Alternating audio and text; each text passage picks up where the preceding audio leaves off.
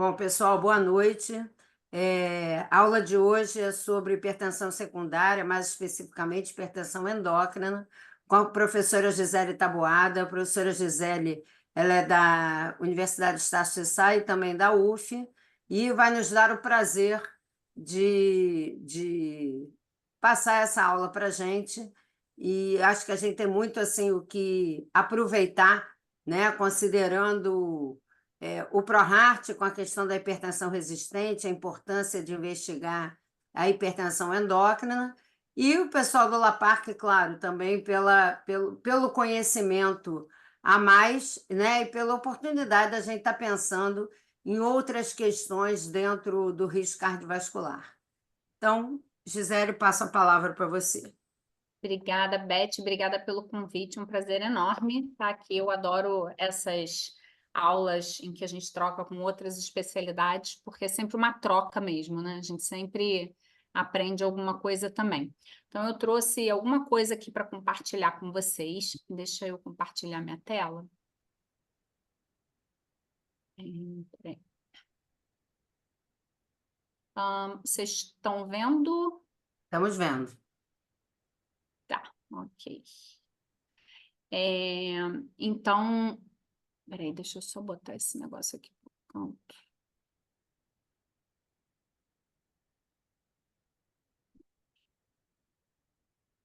Então, a gente vai falar um pouquinho sobre hipertensão de origem endócrina, né? A agenda de hoje, vou falar muito brevemente sobre o conceito de hipertensão secundária e elencar, né, as diferentes causas endócrinas, mas eu vou focar muito mais em falar sobre feocromocitoma e, em especial, sobre hiperaldo primário, que é a principal causa de hipertensão endócrina que a gente tem, né?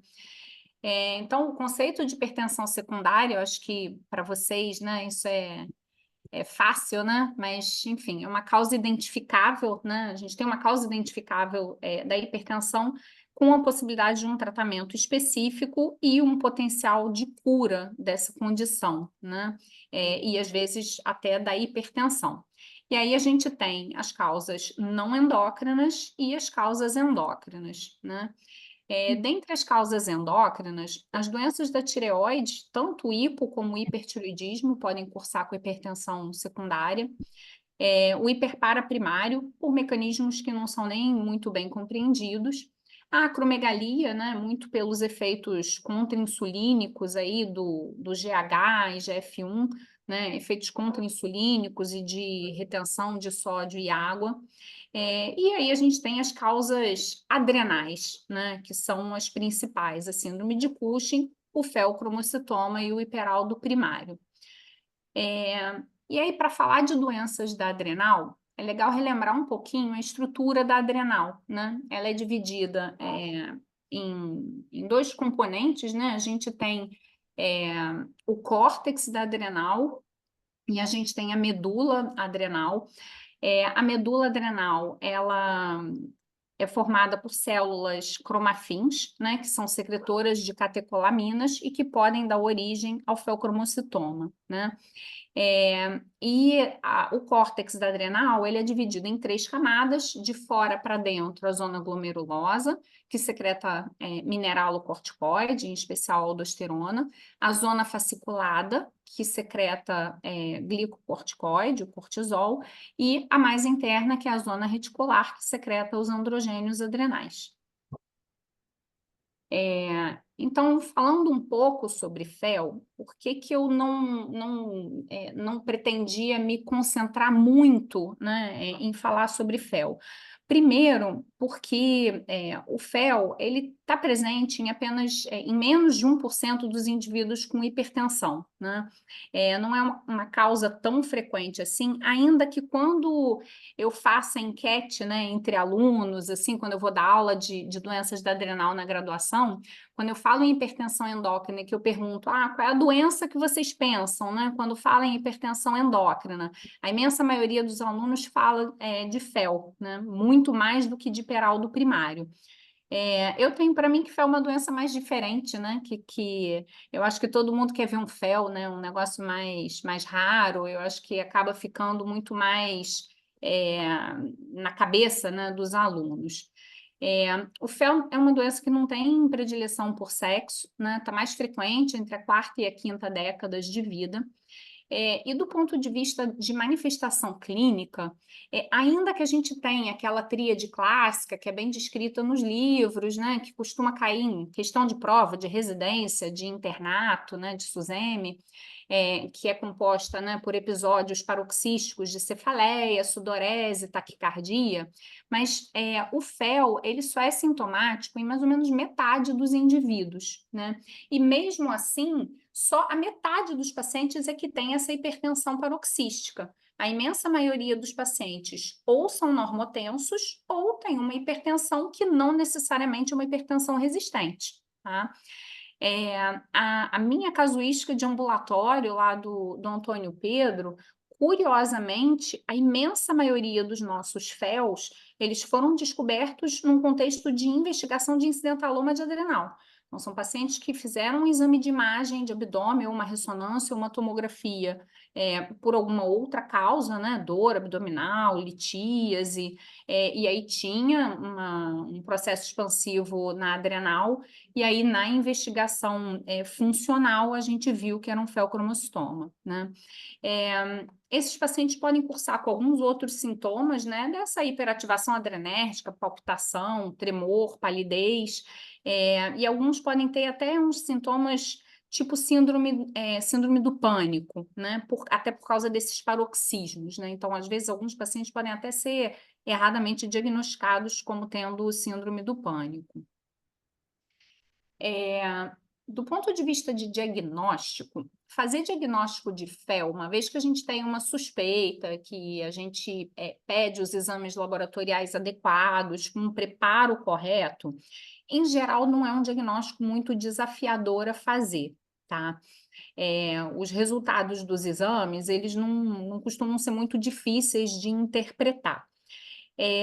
Eu retirei essas sugestões, né, de exames aqui do guideline, né, de investigação e tratamento de FeL, e notem como a condição clínica de hipertensão resistente, ela é considerada como sendo uma situação de baixa suspeição para feocromocitoma. O que se considera um indivíduo com alta suspeição para FeL são aqueles indivíduos que têm justamente um incidentaloma de adrenal, em que o coeficiente de atenuação da lesão, né, que o quanto que aquela lesão ela é hiperdensa, né? Então, se o coeficiente de atenuação é maior do que 10, esse indivíduo ele tem alta suspeição para FeL, ou aqueles indivíduos que têm história familiar ou história própria de algumas síndromes genéticas que predispõem para o desenvolvimento de feocromocitoma. Aquele VHL, MEN tipo 2, mutação de succinato desidrogenase. Então, esses indivíduos, sim, são considerados como alta suspeição para FeL. Então, em situação de baixa suspeição, a combinação aí da dosagem das catecolaminas e das metanefrinas fracionadas em urina de 24 horas, ela é bastante boa, né, em termos de sensibilidade e especificidade para esse diagnóstico. Na situação de alta suspeição, as metanefrinas fracionadas no plasma, elas têm uma especificidade maior. O problema das metanefrinas plasmáticas é que é um exame que é menos disponível e ele é bem mais caro. Até em termos de saúde suplementar, a imensa maioria dos planos não cobre a dosagem das metanefrinas no plasma. Então, a gente acaba, e não é um exame barato, não. Então, a gente acaba fazendo mais as metanefrinas na urina de 24 horas. A gente tem que ter alguns cuidados, né, na coleta em relação à medicação. Basicamente, os antidepressivos tricíclicos que vão interferir, e aí a orientação, se for possível, suspender 2 semanas antes, ou conversar com o psiquiatra para fazer substituição aí para alguma outra classe, né? Os outros antidepressivos, inibidores de recaptação de serotonina, noradrenalina, não interferem. E o outro cuidado que a gente tem que ter é da orientação em relação à dieta, né? Em geral, o laboratório fornece, né, para o paciente uma orientação de alguns alimentos que precisam ser evitados nos 3 dias que antecedem a coleta do exame.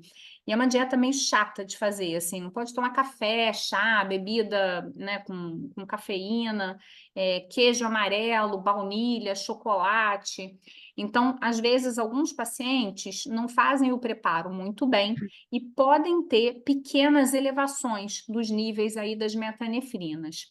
A gente considera o resultado do exame significativo, né, como suspeito para FeL, quando a gente tem um aumento de 2 a 3 vezes acima do limite superior do valor de referência.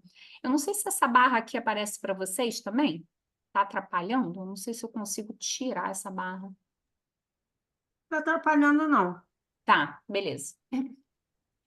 Então é isso, a gente valoriza quando tem um aumento marcado das metanefrinas e, assim, em geral, o paciente que tem FeL tem, assim, a gente não fica com muita dúvida, não.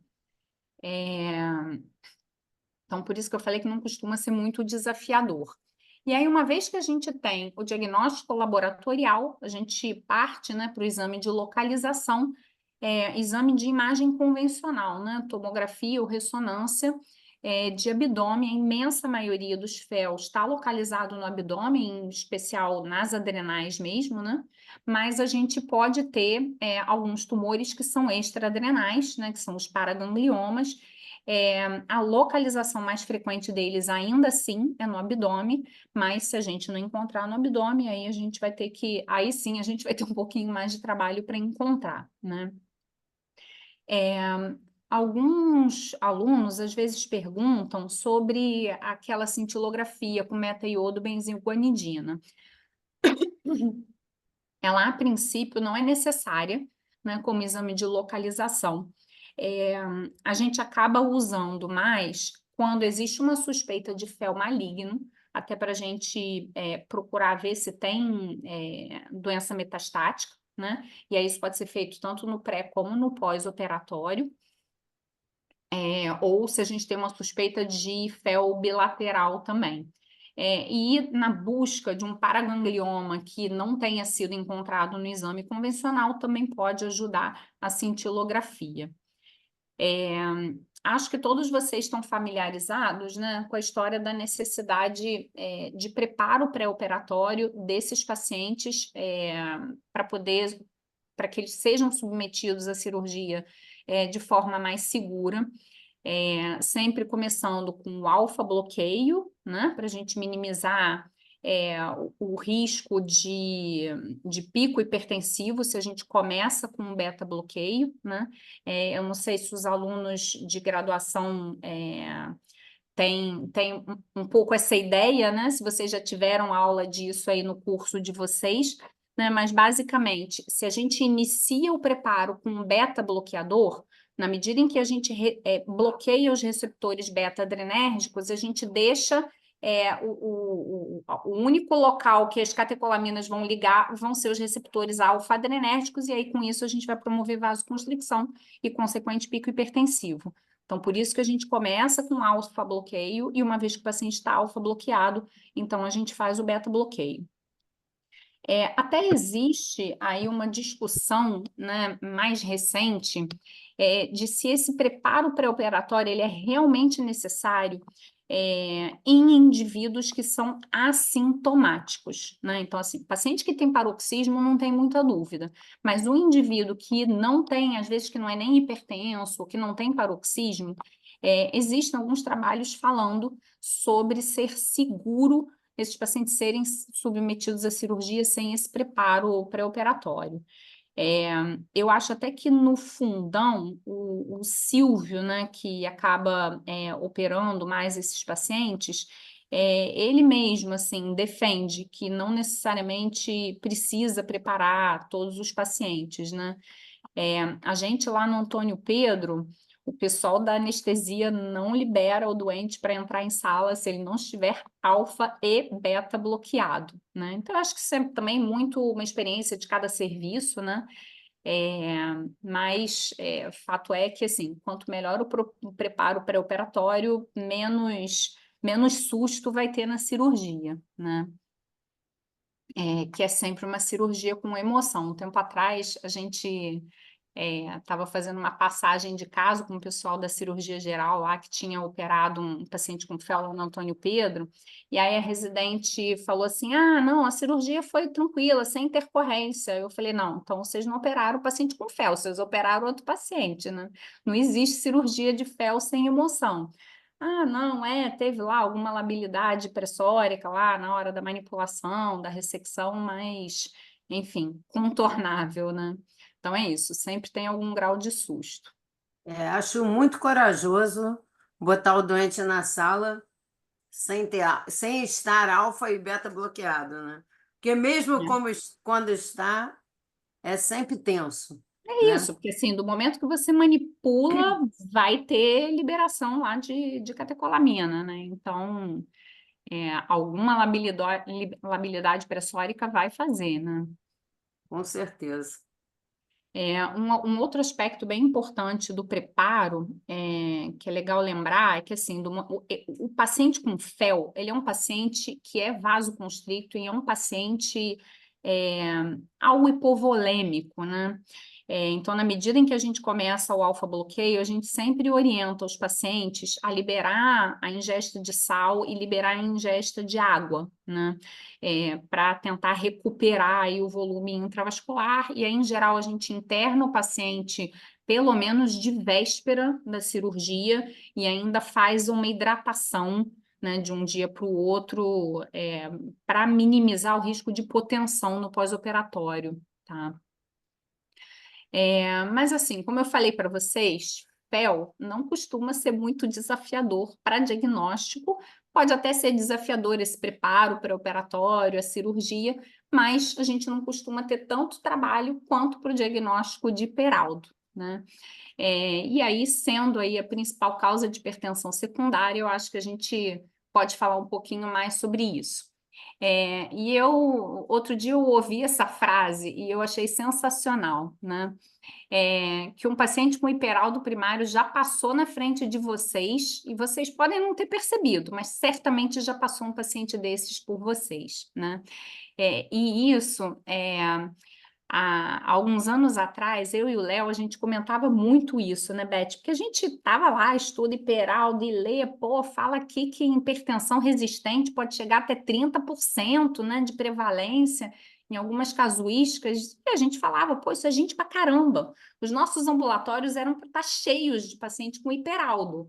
E não tinha 2 ou 3. E a gente falava assim, onde é que estão esses pacientes, né? E aí, justamente por causa disso, a gente acabou fazendo aí um estudo, né, avaliando aí essas práticas de rastreio de hiperaldo. Vou falar sobre isso a seguir. Mas, assim, a prevalência estimada de hiperaldo, ela depende muito da população, né, que a gente está estudando. É, se são indivíduos normotensos ou se são indivíduos com hipertensão, e a depender do estágio da hipertensão, né? Aumentando a prevalência aí na medida em que a gente vai tendo os estágios mais avançados e chegando até, aqui eu coloquei 20%, mas em alguns estudos falam que chega até 30%. Eu acho que depende muito da população e depende do critério também que vai ser usado para dar o diagnóstico de hiperaldo. Mas é interessante que, mesmo em indivíduos normotensos, tem alguns estudos, né, que fizeram um programa de rastreamento amplo, independente do indivíduo ter ou não hipertensão. E o que viram é que, mesmo entre normotensos, alguns indivíduos têm a atividade de renina supressa, e isso se correlaciona com o diagnóstico de hipertensão nos 5 anos subsequentes. Então, é como se a gente estivesse pegando um estágio pré-clínico do hiperaldo primário, né? E isso mostra para a gente como o hiperaldo primário é uma doença que, como várias outras, você tem um espectro de manifestações clínicas, né? Desde essa situação de um indivíduo com um quadro que ainda nem tem nenhuma manifestação clínica, só laboratorial, até aquele paciente clássico, né? Descrito lá pelo COM, que tem a hipertensão resistente, hipocalemia, né? Todos aqueles comemorativos. tá? Então, justamente por conta dessa nossa perplexidade, né, a respeito aí de ter tão pouco diagnóstico de hiperaldo, tão pouco paciente nos nossos ambulatórios, a gente resolveu fazer quase que uma brincadeira, né? A gente fez um quiz em que a gente colocou 5 situações clínicas em que as 5 situações eram indicações de investigar o paciente para hiperaldo primário, e a gente disparou entre vários colegas, endocrinologistas, cardiologistas e até de outras especialidades também responderam. Até por um viés, né, de que nós somos endocrinologistas, a gente consegue alcançar um maior número de endócrinos. A amostra de endocrinologistas ela foi maior, a amostra de cardiologistas foi um pouquinho mais velha, né, do que a amostra de endocrinologistas. E o que a gente não ficou nem tão surpreso assim, né, é que a taxa de rastreio, apesar de nos 5 casos terem indicação de rastrear para hiperaldo, a gente não chegou muito perto de 100% de rastreio, né? Em todas as situações, a gente percebeu que os endocrinologistas ainda pensam mais em hiperaldo do que os cardiologistas, né? Esse caso 5 aqui teve uma diferença maior entre endócrinos e cardios, que era um caso de um paciente com incidentaloma de adrenal que tinha hipertensão. Então, talvez isso seja, né, assim, incidentaloma de adrenal é uma doença muito mais do endocrinologista, né? Então, era de se esperar essa discrepância. E esse caso 3, notem que foi o que chegou mais perto de 100%, mas ainda assim, alguns indivíduos clicaram lá que não fariam a investigação o rastreamento de hiperaldo. E esse caso era um caso justamente bem clássico, de uma mulher de 50 anos de idade, com hipertensão resistente, com hipocalemia, e ainda assim algumas pessoas não implementariam um rastreamento de hiperaldo. E aí, quando a gente perguntou, né, por que que as pessoas não rastreariam, a imensa maioria, né, das diferentes situações foi por uma falha de perceber que aquilo seria uma indicação de rastreamento de hiperaldo, né? E o outro motivo mais frequente que apareceu de não rastrear é a preocupação da interferência dos antihipertensivos em uso pelo paciente nos testes de rastreio, tá? Então, isso é um aspecto bem importante, né, que a gente identificou, que é uma coisa importante da gente falar. Esse estudo, ele tem um enorme viés, né, que quando as pessoas recebiam lá situações clínicas, tinha lá no título, né, avaliação das práticas de rastreamento de hiperaldo. Então, quando a pessoa lia o caso, já estava pensando, isso aqui tem ou não tem indicação de investigar para hiperaldo. Porque em cenário de vida real, isso é muito pior. Então, vocês vejam que essas publicações aqui são todas muito recentes, né? São amostras bastante grandes de indivíduos, e notem que assim, a taxa de rastreio em indivíduos que têm uma franca indicação, né, de rastrear, então, paciente com hipertensão e hipocalemia, menos de 2% dos pacientes são rastreados, né? E entre indivíduos com hipertensão resistente também, menos de 2% dos pacientes são rastreados. Essa casuística aqui se saiu um pouco melhor, mas ainda assim só 4% dos pacientes com hipertensão resistente foram testados para hiperaldo.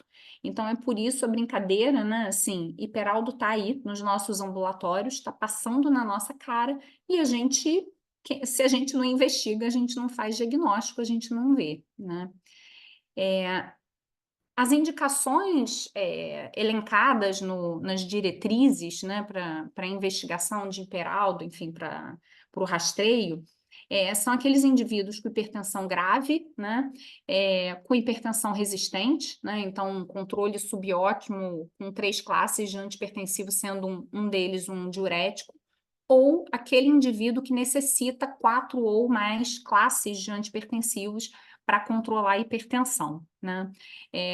Hipertensão com hipocalemia independente se o indivíduo usa diurético ou não, tá, gente? Assim, se tem hipocalemia, tem que investigar.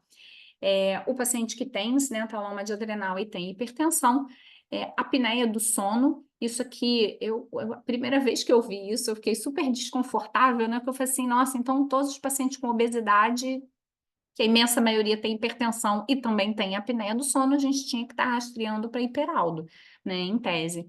Tem um racional disso, né, o hiperaldo, ele promover aí a retenção salina e retenção hídrica, ele predispõe realmente para algum grau de edema, né, de partes moles, e com isso ele se associa muito à apneia do sono, né.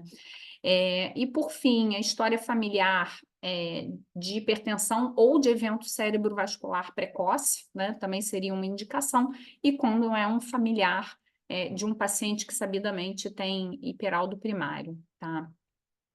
Então, essas são as indicações clássicas e que a gente acaba não pensando muito quando a gente está ali de frente para o paciente, né? O nosso paciente com hipertensão que a gente está atendendo no ambulatório. E qual é a importância, né, da gente pensar nesse diagnóstico e perseguir esse diagnóstico? Então, esse trabalho é super interessante, foi publicado em 2018, uma revisão sistemática em meta-análise que englobou 31 estudos, com quase 4.000 pacientes com hiperaldo primário, e um pouco mais de 9.000 pacientes com hipertensão essencial. E, de maneira muito interessante, esse estudo mostrou que quando a gente compara um indivíduo que tem hipertensão e que tem hiperaldo primário com aquele indivíduo que tem a hipertensão essencial, esses indivíduos com hiperaldo, eles têm um risco cardiovascular aumentado por conta do hiperaldo, né, pareados lá para mesmos níveis tensionais. Então, eles têm um maior risco de evento, eles têm um maior risco de FA, de insuficiência cardíaca e também de disglicemia e síndrome metabólica. Então, assim, o fato da gente não estar vendo o perigo não significa que ele não esteja lá e que a gente não deva fazer alguma coisa a respeito dele, né? E aí, qual é a relevância disso, né? Estima-se que, atualmente, entre os indivíduos com hiperaldo primário, em torno de 40% tem um adenoma produtor de aldosterona. E, portanto, tem uma possibilidade de cura cirúrgica do hiperaldo, né? Não necessariamente vai ter cura da hipertensão, porque aí, quando a gente fala de cura da hipertensão, isso depende de alguns outros fatores, né?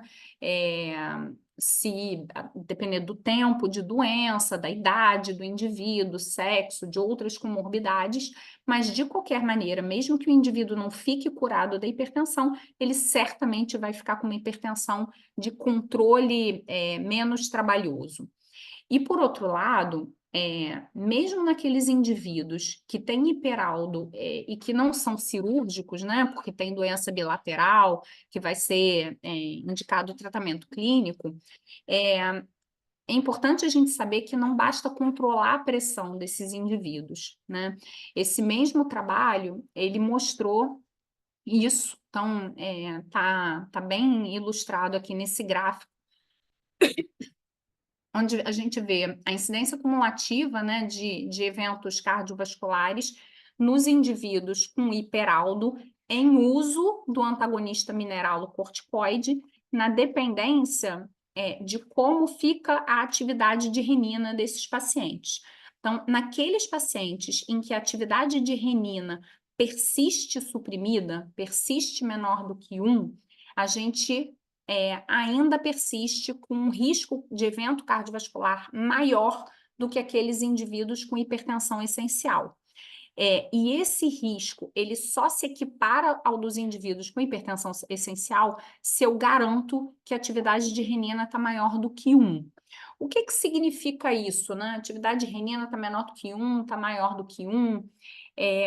Quando a atividade de renina está maior do que 1, né, então eu dessuprimi a renina, isso significa que eu estou usando uma dose de antagonista do receptor mineralocorticoide que foi suficiente para adequadamente bloquear o receptor mineralocorticoide. Então, eu deixei de ter o efeito daquele excesso de aldosterona naquele paciente, né? E, portanto, dessuprimiu a atividade de renina, e aí esse paciente está seguro, né? Ele está tratado, ele está controlado do hiperaldo, tá? Quando a gente fala de investigação, e essa investigação ela é para ser feita por todos nós, né? Não é só o endocrinologista, é o cardio, é o clínico, é quem estiver vendo o paciente, né? A primeira etapa é o rastreamento, né? Que eventualmente vai ser seguida de um teste confirmatório, e aí na terceira etapa, então, a gente vai determinar o subtipo e lateralidade do hiperaldo. E aí é que começa o nosso problema, né? Eu falei que diagnosticar FeL era mais ou menos tranquilo, e hiperaldo dá um pouquinho mais de trabalho, porque a gente tem que garantir um preparo adequado antes do paciente fazer os exames, né? Então, uma das coisas é que o paciente não tenha uma dieta muito restrita de sal, né? Porque a restrição excessiva ela acaba estimulando a renina, então eu posso dessuprimir a renina, e aí eu vou ter um falso negativo no meu teste de rastreio. Um outro aspecto importante, se o paciente tiver hipocalemia, é importante a gente repor o potássio antes dele fazer os exames, porque a hipocalemia ela inibe secreção de aldosterona, então eu vou acabar não tendo uma aldosterona tão alta assim, né, em vigência de hipocalemia. É sempre importante orientar o paciente a coletar exame entre 8 e 9 horas da manhã, tendo levantado da cama pelo menos 2 horas antes. E isso é importante porque durante a noite, como a gente está lá deitado, a gente, né, não tem nenhum estímulo lá para o sistema renina-angiotensina-aldosterona, então é esperado que a renina ela esteja baixa. Então, se o paciente levanta da cama e vai direto para o laboratório colher exame, a gente pode ter uma renina que está muito baixinha só por isso, porque ainda não deu tempo, né, do ortostatismo, estimular aí o sistema renina-angiotensina-aldosterona. Então, a gente pode ter um falso positivo no teste de rastreio. Então, o que a gente orienta o paciente é levantar da cama pelo menos 2 horas antes. Ele não precisa ficar de pé, ele pode ficar sentado ou em pé, ele só não pode voltar a deitar, tá? O critério tradicional para a gente considerar o rastreio positivo é uma relação aldosterona-atividade de renina maior do que 30, ou maior do que 2,5 se usar a dosagem direta da renina, né? Mas para a gente valorizar essa relação, a gente tem que ter uma aldosterona maior do que 15, é aqui que acaba não aparecendo o negocinho, e atividade de renina que tem que estar suprimida, tá? E aí aqui é que começam os percalços do nosso caminho, né? Vou colocar uma situação clínica aqui que a gente teve no ambulatório, né, que ilustra bem isso, né, como a gente precisa repensar esses critérios aí de interpretação desses resultados. Tem uma paciente de 59 anos, essa paciente aqui, eu acho que até minha paciente lá da Estácio. Ih, gente, peraí, só um pouquinho.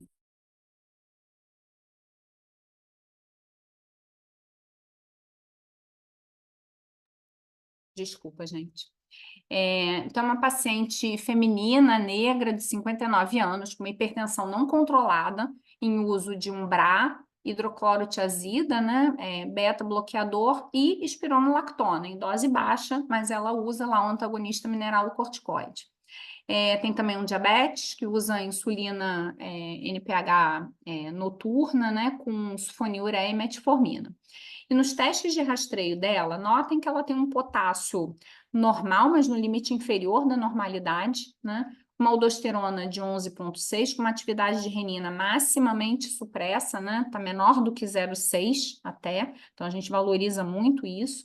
A relação dela é maior do que 30, é 32, mas ela não preenche o critério da aldosterona maior do que 15. Mas essa paciente, eu não tenho nenhuma dúvida de que ela tem hiperaldo, né? É uma paciente que, a despeito de estar usando BRA, diurético e um antagonista mineralocorticoide, que são 3 classes de medicações que, em tese, estimulam a atividade de renina, ela ainda assim persiste com a atividade de renina maximamente supressa. Então, esse caso, ele é bem para ilustrar para vocês que a gente não precisa mexer em nenhum antipertensivo, não precisa trocar os antipertensivos por outras medicações que tenham menos interferência com o sistema renina, angiotensina, aldosterona. Não, a gente pode fazer o teste de rastreio com as medicações que o paciente estiver usando, a gente só precisa saber interpretar, né, o resultado que a gente vai encontrar. Então, se a gente tem atividade de renina suprimida em uso, né, em vigência de todas essas classes que, em tese, deveriam estimular a renina, isso é altamente sugestivo de hiperaldo primário. De todas essas classes, disparado, quem mais interfere, né, com a atividade de renina é a espironolactona, tá? E aí tem esse trabalho bem interessante, publicado mais ou menos recente, né? Foi um estudo retrospectivo que incluiu quase 150 pacientes que tiveram dosagem de aldosterona e atividade de renina antes e depois de começar o antagonista mineralocorticoide, né? E o que eles viram é que a metade dos pacientes persistiram com renina suprimida mesmo depois do início do antagonista mineralocorticoide. E que, naturalmente, quanto maior a dose, maior é a interferência nas dosagens de aldosterona e renina, né? Uma coisa interessante também é que o antagonista mineralocorticoide, ele tende né, a fazer aumentar a renina muito mais no indivíduo que tem hipertensão essencial do que naquele paciente com hiperaldo. Os pacientes com hiperaldo que eu tenho em tratamento clínico, eles costumam precisar de dose mais alta, né, 75 a 100 miligramas dia de espirono, e mesmo quando eles chegam nessa dose, não é rapidinho que a renina dessuprime, não. Então, quando eu chego numa dose que eu considero adequada da espironolactona, eu ainda espero uns 3 a 6 meses, e às vezes demora mais do que isso para dessuprimir a renina. Se quando a gente faz o rastreio, a atividade de renina não tiver suprimida, a gente até pode pensar em suspender ou substituir as medicações, né, indo aí por preferência de quem interfere mais para quem interfere menos, né, com atividade de renina. Isso se a gente achar que esse paciente é um candidato a tratamento cirúrgico. Porque se o paciente não for candidato a tratamento cirúrgico, eu vou fazer um tratamento clínico e o meu objetivo do tratamento vai ser controlar a hipertensão e dessuprimir a renina. Então, se a atividade de renina não estiver suprimida, o paciente está tratado. Então, eu tenho alguns pacientes de ambulatório que eu acabo eu faço o rastreio, às vezes vem lá um rastreio negativo, que a gente até fica na dúvida, será que esse paciente tem ou não tem hiperaldo? Mas a depender do perfil clínico do paciente, eu até falo, gente, não vamos investir nisso não, porque o que me interessa é que a renina não está suprimida. Então, se é que o paciente tem hiperaldo, está tratado, né? A gente alcançou aí o objetivo de tratamento, tá? Uma encrenca que a gente tem são os pacientes que chegam para a gente já com doença renal crônica, porque alguns desses pacientes, eles acabam perdendo a supressão da renina por causa da alteração hemodinâmica intrarrenal.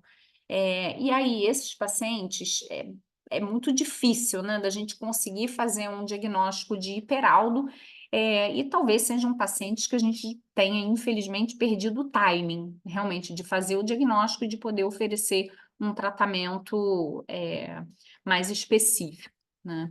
Então, atualmente, o que a gente acaba usando no ambulatório, né, como algoritmo de investigação, de interpretação dos testes, esse daqui, se vocês quiserem, depois eu até passo para vocês essa referência, né? Um grupo lá de Boston que publica muito, estuda muito hiperaldo, e eles propõem essa forma assim, de interpretar os resultados dos exames que eu achei bem interessante, assim, para mim é mais fácil do que o clássico lá daquele guideline da Endocrine Society de 2016, né?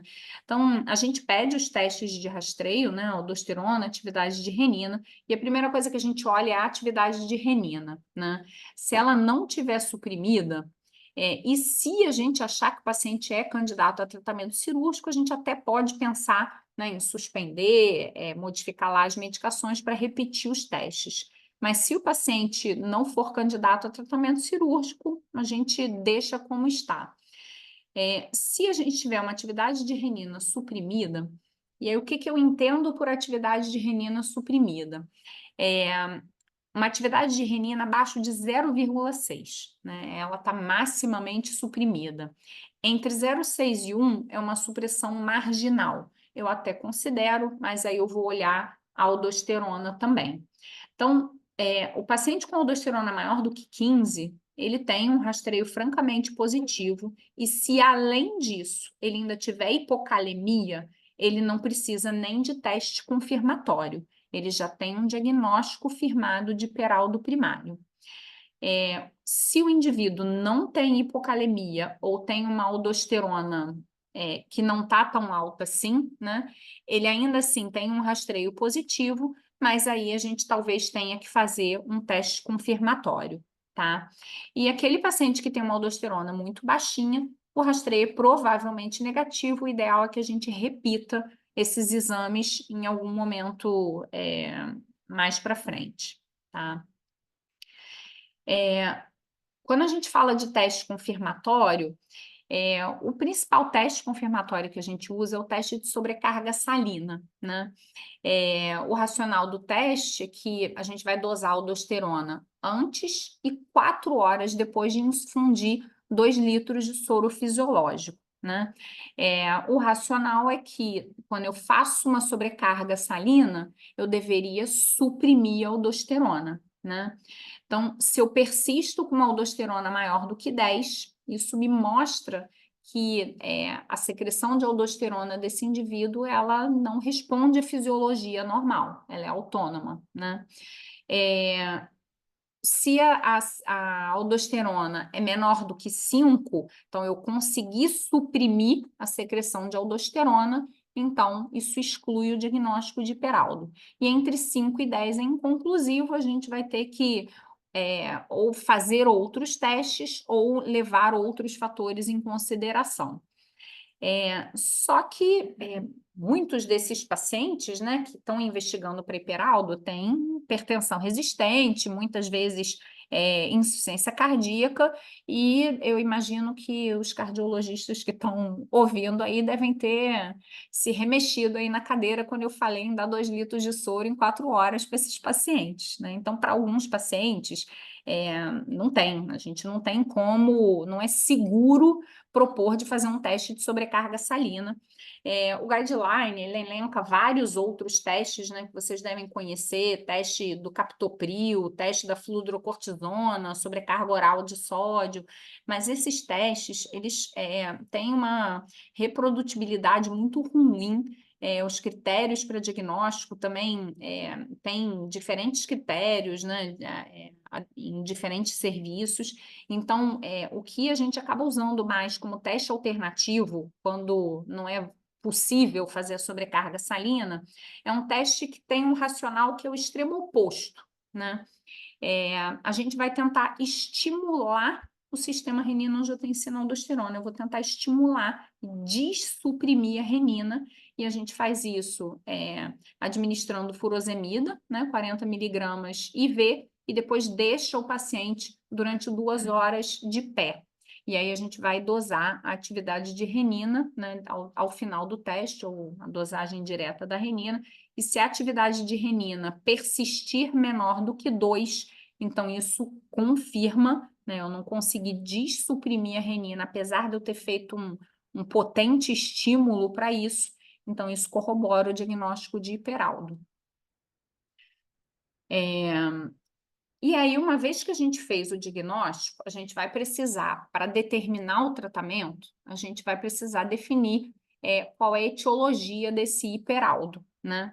Então, como eu falei para vocês, em torno de 40% dos pacientes com hiperaldo tem um adenoma produtor de aldosterona, mas a gente pode ter e na maioria das vezes é o que a gente tem, né? É uma hiperplasia não nodular da camada da zona glomerulosa, ou é descrito também uma outra histologia em que alguns indivíduos eles vão desenvolvendo, e isso é mais comum em idosos, né? Ao que parece, parece fazer parte até do nosso processo normal de envelhecimento, o surgimento de uns aglomerados de células produtoras de aldosterona, tá? E aí, tanto um quanto o outro podem ser lateralizados, né, unilateral ou bilateral. Mesmo o indivíduo que tem doença bilateral, ele eventualmente pode ter uma das adrenais que secreta mais do que o outro lado, né? E aí, como é que a gente deveria definir isso, né? Os guidelines, eles recomendam que a gente faça lá o cateterismo de veias adrenais, né? O guideline esse da Endocrine Society de 2016, os únicos pacientes que ele dispensa de cateterismo de veias adrenais é um paciente com menos de 35 anos, que tem um nódulo único na adrenal e que tem hipocalemia, né? Além dos testes positivos. O que é, assim, tipo, quase nenhum dos pacientes com hiperaldo que a gente vê por aí, né? Eu costumo dizer que quem escreveu esse guideline deve morar no fantástico mundo de Bob, né? Porque na prática o cateterismo ele é muito pouco disponível, mesmo nos centros que têm experiência, ele é tecnicamente muito desafiador e não é infrequente, falha na cateterização ou mesmo que tenha sucesso na cateterização, os resultados dos exames serem inconclusivos, né? Então, a gente lá no Antônio Pedro não dispõe, né, de cateterismo de veias adrenais. No fundão, eu sei que até faz, né, mas com alguma frequência tem dificuldade com a cateterização. Então, assim, por que, né, que o guideline ele propõe isso, né? Assim, poxa, Gisele, mas se o paciente tem hiperaldo, tem um nódulo na adrenal, aquilo ali que está secretando aldosterona. Não necessariamente, né? O que mostra essa revisão sistemática, que é um pouco mais antiga, né?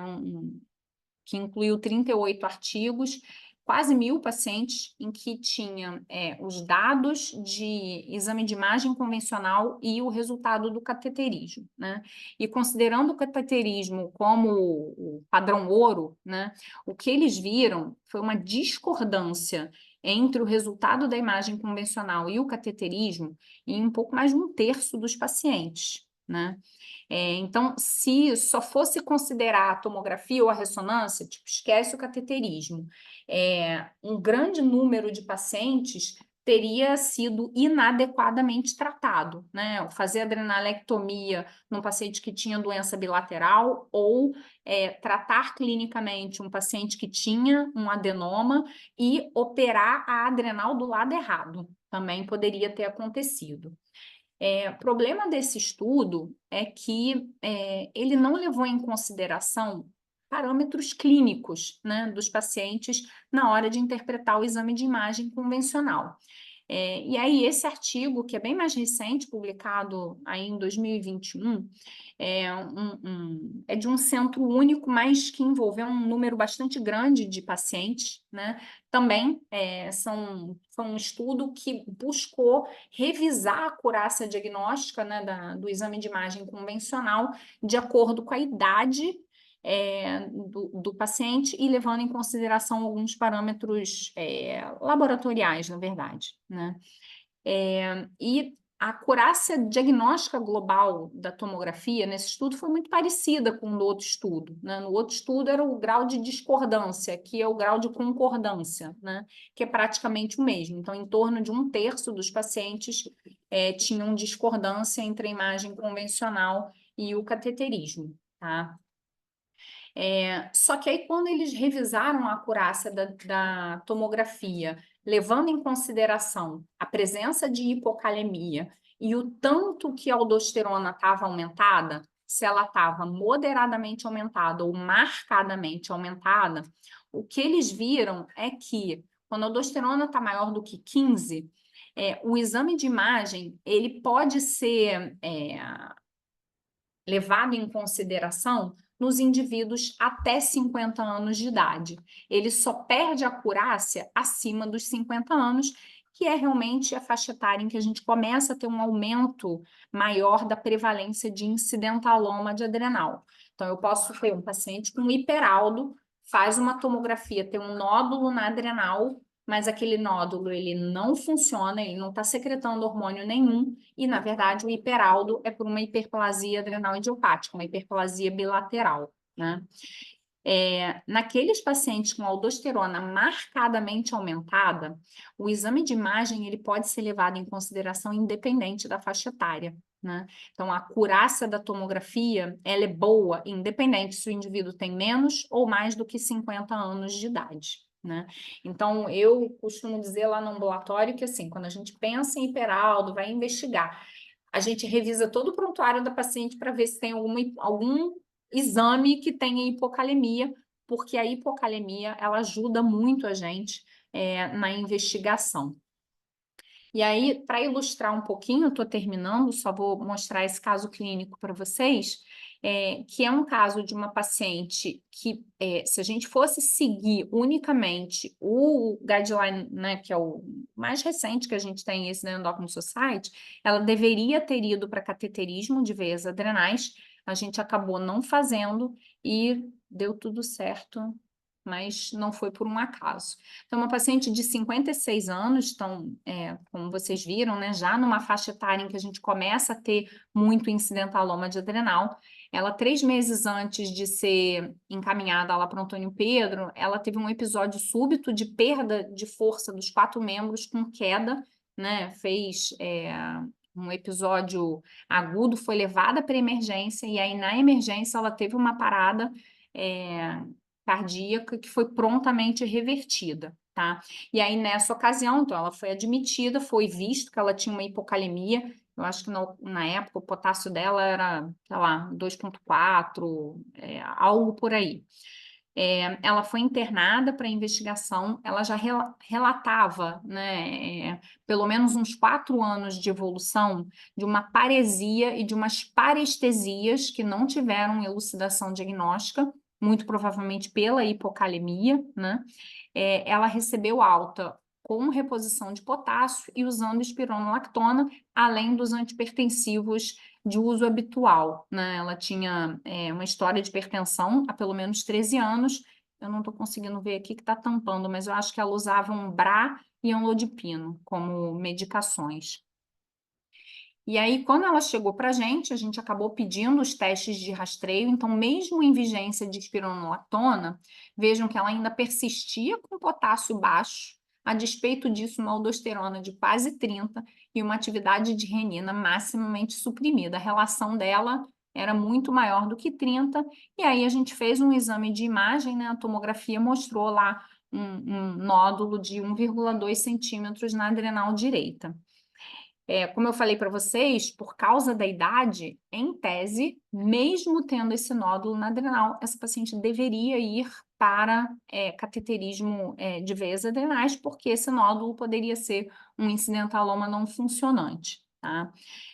Mas, considerando, né, que ela tinha hipocalemia e uma aldosterona marcadamente aumentada, em tese, a acurácia da tomografia ela é boa mesmo em indivíduos com mais do que 50 anos. Então, isso foi conversado com a paciente, a gente explicou que a gente não dispunha do exame que teoricamente deveria fazer, mas que a gente tinha uma suspeição bastante grande, né, de que aquela lesão era um adenoma produtor de aldosterona, ela foi submetida à adrenalectomia, e aí no segmento ambulatorial, atualmente, ela não usa nenhum antipertensivo, ela está curada, com níveis tensionais normais, e potássio normalizado, né? Então, foi uma decisão bastante acertada de encaminhar essa paciente para cirurgia. Então, era isso que eu tinha para trazer para vocês. Filha saindo para ir para casa do pai, gente. Precisa de roupa específica para amanhã, não, né? Não. Tá. Desculpa. Então, queria trazer isso para vocês. Estou disponível aí se vocês tiverem alguma dúvida. Ui, acho que eu descompartilhei, né? Descompartilhou. Pô, muito boa a aula, Gisele, adorei. E algumas coisas assim que para a gente acho que pode ser bastante interessante, né? Começando pela questão da suspensão das drogas, né? O que a gente costuma fazer lá no ambulatório é quando o doente chega, muitas vezes o doente, quando faz diagnóstico de hipertensão resistente, está com 3 drogas, né? E aí a gente dosa antes de começar a espironolactona, né? Até porque depois que começa a espironolactona e geralmente cai muito a pressão, se tirar é um Já não problemão. vai tirar, não dá, né? Exatamente, tirar um problemão. Então, a gente costuma fazer isso, mas muitas vezes os doentes já chegam em uso da aspirona, Muitos já né? usam usando. Dependendo É, da dose, Beth, você pode pedir, se estiver usando dose baixa, assim, o que eu vejo de paciente que tem hiperaldo, a Vera, não é fácil de suprimir a renina. aham. Precisa de dose mais alta. E geralmente eles não usam dose muito alta. A dose é 25, no máximo 50 miligramas. Isso. Geralmente, quando chega para a gente, está com 25. Quando já está com aspirona, é com 25, né? Outra coisa, quer dizer, depois a gente abre para todo mundo falar, mas é porque quando você falou negócio da doença renal crônica, é doença renal crônica já estágio 4? Já o paciente Já lá para frente, pré-diálise não ou sei. dialítico, né? Ah, Paciente tá. em estágio inicial de doença renal, não. Ele Não tem isso, persiste com né? atividade de renina suprimida. Mas, assim, o trabalho que eu li sobre isso, ele, assim, ele fala que não tem muita relação com o estágio, né, com o clearance de creatinina, com o estágio da doença renal.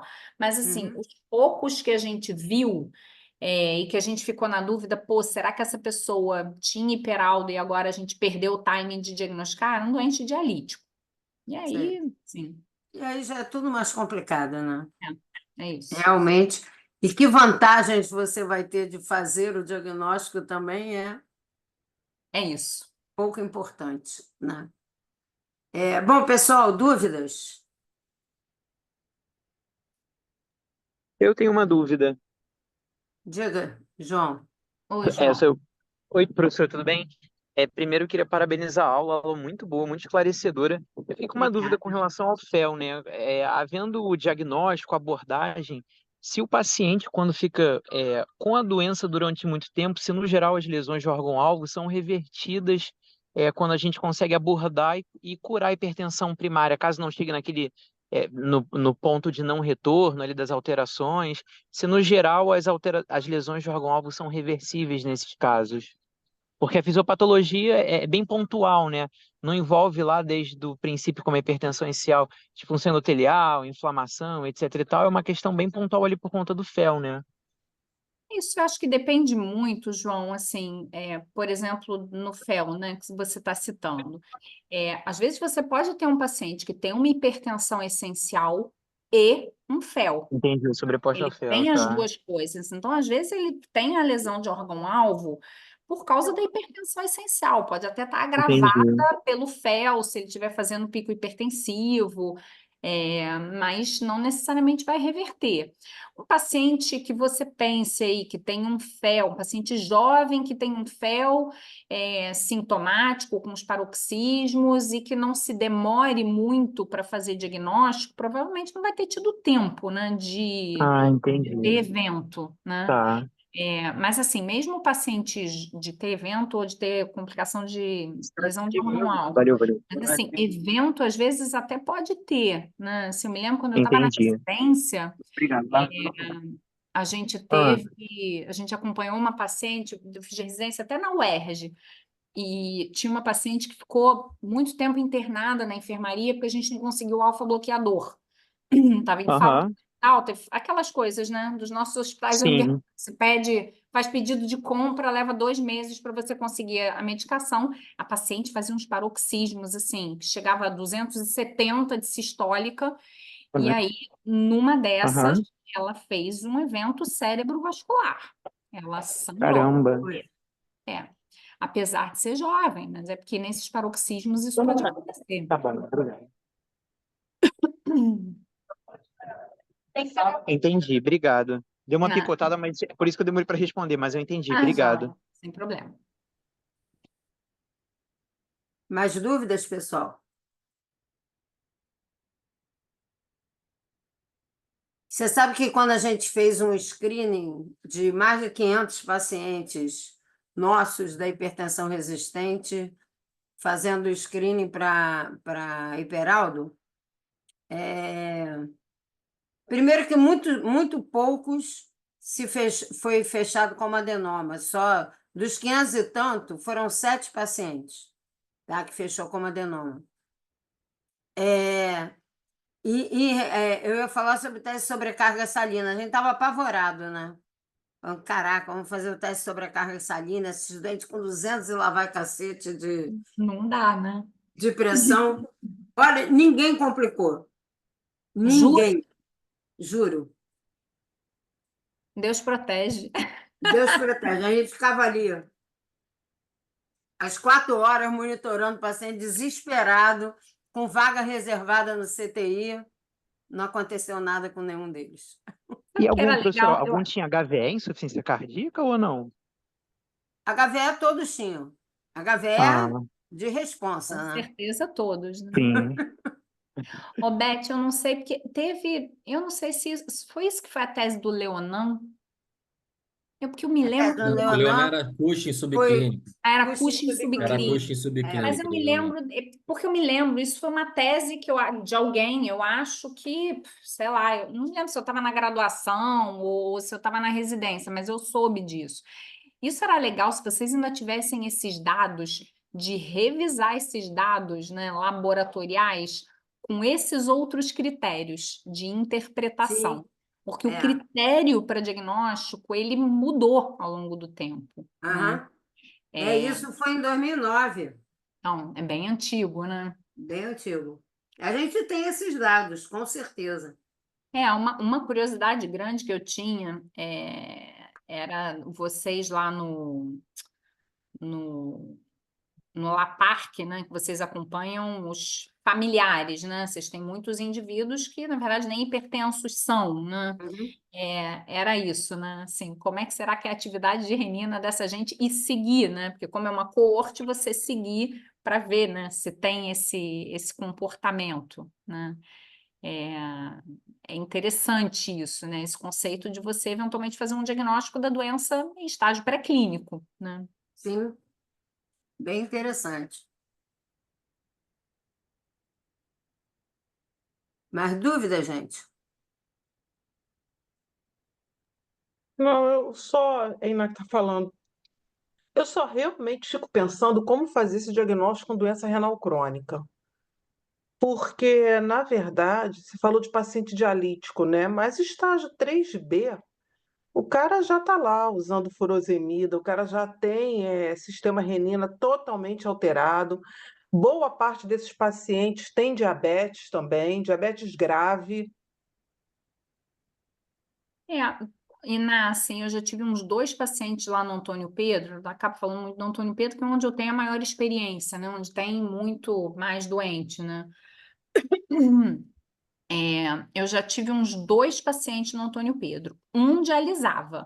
E apesar dele dialisar, ele ainda mantinha potássio baixo. Incrivelmente. Um paciente renal dialítico que tinha hipocalemia. E um outro que não estava em diálise. Ele era pré-diálise, e ele mantinha hipocalemia também. E aí, assim, o pessoal da nefro suspeitou, foi muito por causa da Pois hipocalemia. é, eu só consigo pensar na questão da hipocalemia. É, É a só única que pista, assim, né? hipocalemia é menos da metade dos doentes com Pois hiperaldo que é, tem hipocalemia. Então, Pois assim, é. certamente a gente está perdendo um monte de é, diagnóstico. Mas se pelo menos os pacientes com hipocalemia a gente diagnosticar, Já é beleza, muito bom, né? já estamos é. diagnosticando alguém, né? Já estamos melhorando. Agora, o que é curioso, né? Assim, para quem não sabe, o meu marido também é endocrinologista. E aí ele ouve tanto falar de hiperaldo aqui, eu fico tanto martelando na cabeça dele que tem que rastrear os pacientes. Aí um outro dia ele chegou aqui em casa, falou assim, chegou do consultório e ele falou assim: pô, que maldição, hein? eu comecei a fazer teste de rastreio, não é que começou a aparecer uns testes positivos, eu falei, é isso, a gente não está diagnosticando, não pede exame. Quando você começa a pedir, começa a aparecer. Você Começa a aparecer, é pedir exame. verdade. É isso. Então, eu sempre falo assim, se dessas aulas que eu dou, se vocês não aprenderem nada, mas se pelo menos o próximo paciente, vocês pensarem na possibilidade de hiperalda, já tá bom, já valeu Já é muito bom, né? É isso. É isso. Essa é a mensagem principal.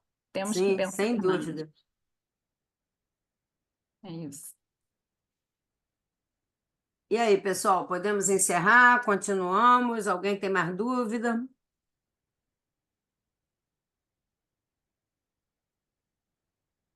Estão todos tímidos Todo mundo quietinho. ou cansados. Bom, vou parar a gravação.